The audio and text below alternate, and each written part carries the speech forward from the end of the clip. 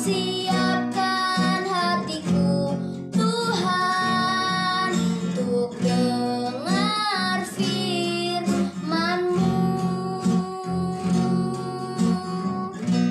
Ku siapkan hatiku, Tuhan, untuk dengar firman-Mu. Selamat malam Mbak Saudara semua, bertemu kembali dengan saya Petra Dev Patipeluhi dalam pembacaan Firman Tuhan. Pada malam hari ini kita akan membaca dari kitab 1 Samuel pasal yang kelima ayat yang pertama sampai ayat yang ke-12. Judulnya adalah Tabut Allah di kota orang Filistin. Tapi sebelum kita membaca, mari kita berdoa terlebih dahulu. Bapa, kami mengucap syukur buat malam hari ini, buat waktu ini Tuhan. Kami menyerahkan waktu ini ke dalam tangan-Mu, ke dalam pimpinan-Mu ya Roh Kudus. Kami membuka hati dan pikiran kami, supaya firman-Mu menguasai hati dan pikiran kami, dan menguasai hidup kami, sehingga rancangan dan rencana-Mu terjadi dalam hidup kami. Berfirmanlah Bapa, kami siap untuk mendengarkan firman-Mu. Di dalam nama Tuhan Yesus Kristus, kami membuka pembacaan malam hari ini.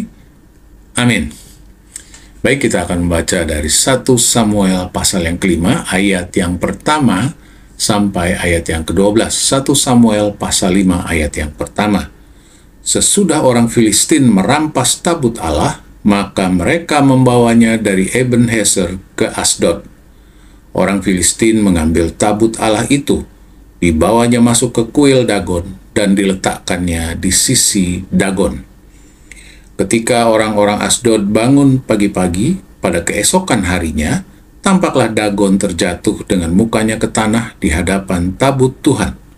Lalu mereka mengambil Dagon dan mengembalikannya ke tempatnya. Tetapi ketika keesokan harinya mereka bangun pagi-pagi, tampaklah Dagon terjatuh dengan mukanya ke tanah di hadapan tabut Tuhan. Tetapi kepala Dagon dan kedua belah tangannya terpenggal dan terpelanting ke ambang pintu.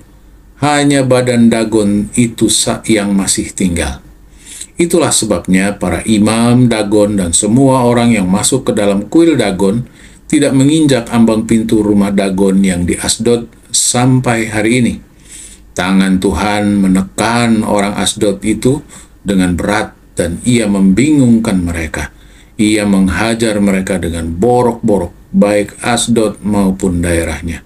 Ketika dilihat orang-orang Asdod bahwa demikian halnya, berkatalah mereka, tabut Allah Israel tidak boleh tinggal pada kita, sebab tangannya keras melawan kita dan melawan Dagon, Allah kita. Sebab itu mereka memanggil berkumpul kepadanya semua raja kota orang Filistin dan berkata, apakah yang akan kita lakukan dengan tabut Allah Israel itu? Lalu kata mereka, tabut Allah Israel harus dipindahkan ke Gad. Jadi mereka memindahkan tabut Allah Israel itu ke sana. Tapi setelah mereka memindahkannya, maka tangan Tuhan mendatangkan kegemparan yang besar atas kota itu. Ia menghajar orang-orang kota itu, anak-anak dan orang dewasa, sehingga timbul borok-borok pada mereka. Lalu mereka mengantarkan tabut Allah itu ke Ekron. Tetapi sampainya tabut Allah itu di Ekron, berteriaklah orang Ekron itu demikian, mereka memindahkan tabut Allah Israel itu kepada kita untuk mematikan kita dan bangsa kita. Sebab itu mereka memanggil berkumpul semua raja kota orang Filistin itu dan berkata, antarkanlah tabut Allah Israel itu, biarlah itu kembali ke tempatnya, supaya jangan dimatikannya kita dan bangsa kita. Sebab di seluruh kota itu ada kegemparan maut. Tangan Allah menekan orang-orang di sana dengan sangat berat. Ayat yang ke-12, orang-orang yang tidak mati dihajar dengan borok-borok, sehingga teriakan kota itu naik ke langit.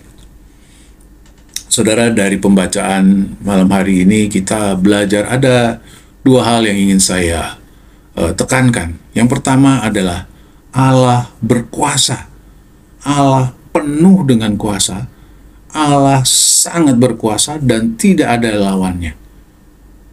Kita melihat bahwa tabut Allah dibawa ke kuil Dagon, dan Dagon 2 kali jatuh. Yang pertama dia jatuh, yang kedua dia jatuh lagi, dan kepalanya terpenggal, tangannya terpenggal.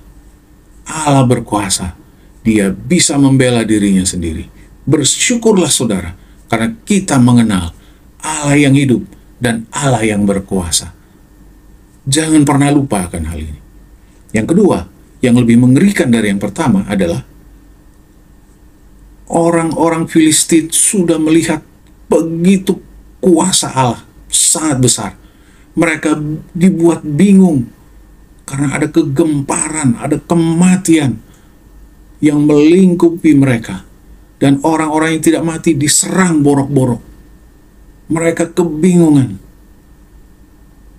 Dagon mereka kalah, jatuh, terputus kepala dan tangannya. Tetapi tidak ada satupun orang dicatat di dalam Alkitab yang bertobat, yang menyembah kepada Allah yang hidup. Tidak ada satupun. Sudah melihat begitu hebat kuasa Allah, tidak ada satupun yang bertobat. Kenapa bisa begitu? Karena kebiasaan. Mereka sudah terbiasa dengan Dagon. Saudara, dari pembacaan ini Tuhan ingin mengingatkan kita berhati-hati dengan kebiasaan kita. Tuhan ingin kita membangun satu kebiasaan yang baru. Kalau saudara sudah membangun kebiasaan yang baru ini, yaitu membaca Alkitab setiap hari, merenungkan firman, doa, dan mulai banyak berkomunikasi dengan Tuhan saat ada kendala, saat ada masalah. Bangun kebiasaan yang baru ini. Karena Allah ingin kita punya kebiasaan baru yang yaitu membangun hubungan yang intim dengan Allah kita. Saya kira itu 2 hal yang perlu kita ingat dari pembacaan malam hari ini. Mari kita berdoa. Tuhan, terima kasih buat firman-Mu, terima kasih buat Engkau mengingatkan bahwa Engkau Allah yang penuh dan sangat berkuasa dan hidup dan mengasihi kami. Terima kasih Tuhan, dan kami juga bersyukur Engkau mengingatkan kami untuk membangun satu kebiasaan yang baru, yaitu membangun hubungan yang intim dengan Engkau. Biarlah ke depan kami betul-betul bisa melakukannya, melaksanakannya, mewujudkannya dalam kehidupan kami. Di dalam nama Tuhan Yesus Kristus, kami naikkan doa dan syukur kami. Amin. Ingatlah saudara, bahwa Allah kita berkuasa, Allah kita hidup, dan Dia mengasihi kita. Dan yang kedua, bangun kebiasaan yang baru, membangun hubungan yang intim dengan Allah. Tersenyumlah. Tuhan Yesus mengasihi saudara semua. Merdeka. Firman-Mu, pelita bagi kakiku, terang bagi jalan.